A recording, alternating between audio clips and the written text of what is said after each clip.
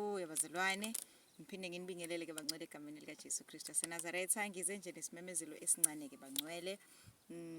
Okay ke ngiqale la abaqalayo ukungibona igama lami ngoNosipho, elinye uThandeka ongakasibiya bazalwane, umntwana kaNkulunkulu okhula usindisiwe ohlala kwaMaphumulo endaweni ekuthiwa iSetabango eKZN eSouth Africa, ekhaya labafundi baka Jesu Kristu bazalwane. Sichazile ke kulena enye video ukuthi kusho ukuthini ukuthi ikhaya labafundi bazalwane, ikhaya labazalwane, ikhaya labantwana bakaNkulunkulu, akusilisonto. Haleluya.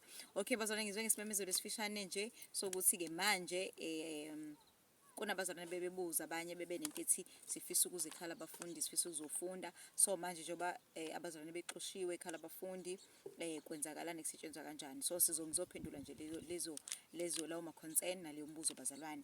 Njengoba sazi ukuthi abazalwane baxoshiwe by ababusi bendawo kule ndawo bazalwane, indawo zamakhosi, so kunenkosi, kunenduna nomkhandlu wayo. So ke baxoshile ke abazalwane ngezathu ezithile ke abanazo ke bazalwane. Nokho ke uNkulunkulu asimsoli, siyambonga nje ngakho konke bazalwane. IBhayibheli kukho konke bongani. So ke nje siyambonga uNkulunkulu ngakho konke egameni lika Jesu. Ngoba uNkulunkulu usemsebenzini bazalwane. Kwenzeka exactly lokho kwenzeka kwiZezwe chapter number 8 lesiBhayibheli eJerusalem kwaba nepersecution, and then abazalwane scattered to indawo ezihlukene la babefika khona, babefike benza umsebenzi kaNkulunkulu, befike bashumayele, baphenduka abantu. Siyakhumbula bephenduka uPhilip wayakubona ehambe uPhilip the evangelist ehambe eshumayela, kwaze baphenduka abanye, and then kwasunyelwa abapostoli bahamba bayoqhubeka nabo nomsebenzi kaNkulunkulu, bamkela namandla kaMoya Engcwele, because umsebenzi waqhubeka even sebexoshiwe eJerusalem. So ke bexoshwa ipersecution. So exactly that bazalwane okwenzeke kithi nokuqhubeka kwenzeka kithi singabantwana bakaNkulunkulu. So ke bazalwane, iqhubeka kanjani kumzalwane obenenhlelo zokuthi ngisafisa ukuze ekhaya labafundi, safisa ukuzofunda ngoJesu? Ake ngichazele futhi bazalwane, kunama allegations ukuthi abantu yo bazalwane, maningi ama allegations. I won't address them ngoba lithe iBhayibheli nibusiswe benqabe niqambela amanga bese wonke okubi ngani. So ke bazalwane, ekhaya labafundi abazalwane bebengayekiswa izinto. Abazalwane ebebeze ekhaya labafundi iningi labo umuntu obekade uNkulunkulu ekhuluma naye. Yabo nje abazalwane bayeka, if ngenza isibona ngamaphilisi, into ebixaka abantu kakhulu, bayeka amaphilisi kudala singakazani nokwazana nabo bazalwane, singakafakazi nakufakaza ko YouTube, bengakasazi uNkulunkulu ekhuluma nabe, bambulela izinto, and then mabazana nathi basinayo lento uNkulunkulu ekhuluma kithi, abantu abasi-understand bajabulela ukuthi okay sesiyohlanganyela nabazalwane abambulekile njengalokho nathi simbulelekile. So nje yangithi nje angidlule lapho bazalwane kafishane. So ke sesisebenza kanjani ke manje umzalwane ofisa obenenhlelo zokuthi ufisa ukuze ekhaya labafundi azofunda? Bazalwane, umsebenzi usaqhubeka. Umsebenzi esiwenzayo is to disciple saints, njengoba sichazile kwenye video, to disciples ukuthi sibe ngabafundi bakaJesu, sifundise uJesu akasiyale ngakho, ukuthi umuntu aphenduke, avume izono zakhe, abhashadiswe emanzini amaningi, afundiswe imiyalo nemiswe kaNkulunkulu, amkeliswe amandla kaMoya Engcwele, azidiscoverishe ukuthi ubani umuntu kaNkulunkulu, imaphi ama-gifts uNkulunkulu amnikeze wona, bese esebenza ngalawo ma-gifts uNkulunkulu akamsebenze wona, akamnikeze wona, asebenze ngawo embusweni kaNkulunkulu full time, engaxubile ukusebenzela uNkulunkulu nokusebenzela lelizwe, engaxubile imfundo kaNkulunkulu nemfundo yalelizwe, imfundo kaSathane, imfundo engcolile. Alright ke bazalwane, sisebenza kanjani ke manje? Umzalwane osafisa ukuthi afunde ngoJesu Kristu kusaqhubeka lokho bazalwane, akumile. Umzalwane obenenhlelo zokuthi uze ekhaya labafundi uzofunda noma uzohlangana nabazalwane, akumile lokho. Well, kusanjalo ukuthi abazalwane baxoshiwe laba bamkelekile endaweni, but umsebenzi usuqhubeka eindaweni ezihlukene. So umzalwane ofisa ukuhlanganyela kanye nathi wenze njani? Ucontacta abazalwane, and then siza ukuthi ungakephi yena bapha abazalwane abaseduze naye ngokuvuma kwenkosi nangokusizwa inkosi, bese xhumana nabazalwane ebebela ekhaya labafundi. Angithi lithi iBhayibheli bazalwane encwadini kaTimotheo wesibili chapter 4 if I'm not mistaken, qala lapha ko verse 1, uthi umpostoli Paul, I think verse 2, uthi umpostoli Paul, lokhu engikudlulise kuwe, uthi kuTimotheo, umpostoli Paul uthi kuTimotheo, kudlulise kubantu abafanele abazokwazi nabo ukudlulisela kwabanye. So ke bazalwane, lokhu ekhaya labafundi bekufundwa, so lokho abazalwane abafundile sekuyithuba lokuthi nabo bakudlulisele kwabanye. Ithuba lokho thina sikufundiswe sikudlulisele kwabanye. So ke wonke umuntu omfundi kaJesu Kristu akabi nje, akekho umuntu euniversity ahlele university kuze kube forever. So euniversity uyafunda and then bese uyosebenza. So kanjalo ke nabafundi bakaJesu Kristu mase befundile bayaqhubeka nalaba khona njengamanje abazalwane benza umsebenzi kaNkulunkulu umzalwane la kamholela khona. So umsebenzi kaNkulunkulu bazalwane uyaqhubeka. So umzalwane obesafisa ke ukuthi athole lelo thuba lokuthi abe umfundi kaJesu afunde ngoJesu Kristu kuyaqhubeka kalokho bazalwane. Nazi inamba esingayicontacta. Number 1 umama Mkhwanazi inamba yakhe ithi 078 323 5721 mama Mkhwanazi 078 233 5721. Eyesibili namba ongayicontacta mawufisa ukuhlanganyela nabantu bakaNkulunkulu okay le kama Mkhwanazi ya WhatsApp futhi ama calls noma yikuphi ofisa ukwenza.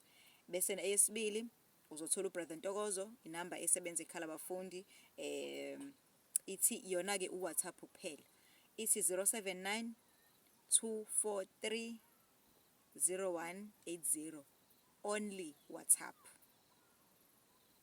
Eyesithathu uzothola uSisinomonde 079 764 6159 079 764 6159 ya WhatsApp yakho yafaneleka futhi. So abazalwane laba abafisayo ke ukuhlanganyela nabantu bakaNkulunkulu abafisa ukudela konke abadele konke abadinga ukufunda abadinga ukuhlanganyela into ethi ngala ngikhona mina bekho abazalwane sivumelana nabo abambuleka lendlela embuleleke ngayo. So ngifisa ukuhlangana nabazalwane sizoba mqondo munye nabo. Thinta ke lezi namba uze ukuthi unga-organizekela ukuthi ke wena uhlanganyele nabaphi abantwana bakaNkulunkulu. Lezo namba ke bazalwane nalazi ezinye ke ninazo ezinye zikhona lapha kwi-bio lapha ku-information yakade uChrist lapho nje mawungena kwi-channel nama details zikhona ezinye futhi inamba ozoyithola lapho nezinye ke ninazo bazalwane namba zethu ninazo ningascontacta ke.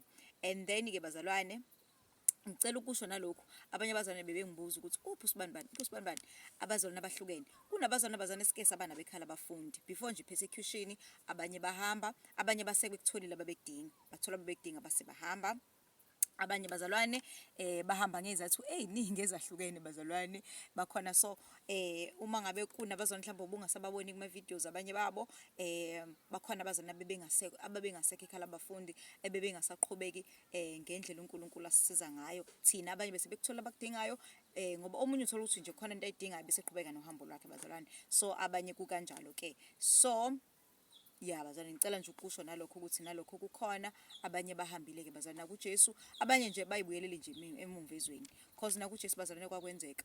Siyakhumbula kuJohn chapter 6 lithi iBhayibheli abaningi ababekade bemlandela ababange besamlandela sebeyajika babuyele emumva la kwaze kwaphuma khona amazwi athi kumpostoli uPeter athi thina singasuka kuwe siyephi ngoba amazonke okuphila atholakala kuwe. So ke leyo nto nje khona thola ukuthi omunye uthi hayi mina sengicela ubuyele emumva njengoDemas lithi iBhayibheli wathandizwe wabe sebuyele emumva. uDemas bazalwane akufihliwe wathandizwe wabuyele emumva kanjalo ke bazalwane sekhala abafundi khona bazalwane bebese behambile already ngezathu ezithile eziningi ezihlukene but abanye bazalwane abaningi bayaqhubeka kulomsebenzi bayaqhubeka kulolu hambo. So ilokho ke bazalwane okunye okwenziwa ikhala abafundi bekwenziwa ukufunda kwama skills ukufunda ukulima ukufunda impilo nje yasekhaya bazalwane lokhu ke sekucontinue kule video lena enye bazalwane lefa icishifane nale. So ke uthola ukuthi omunye ubefika engazi lutho bazalwane ngemsebenzi yasekhaya bezazela nje ukuyifundela ukuyisebenzela.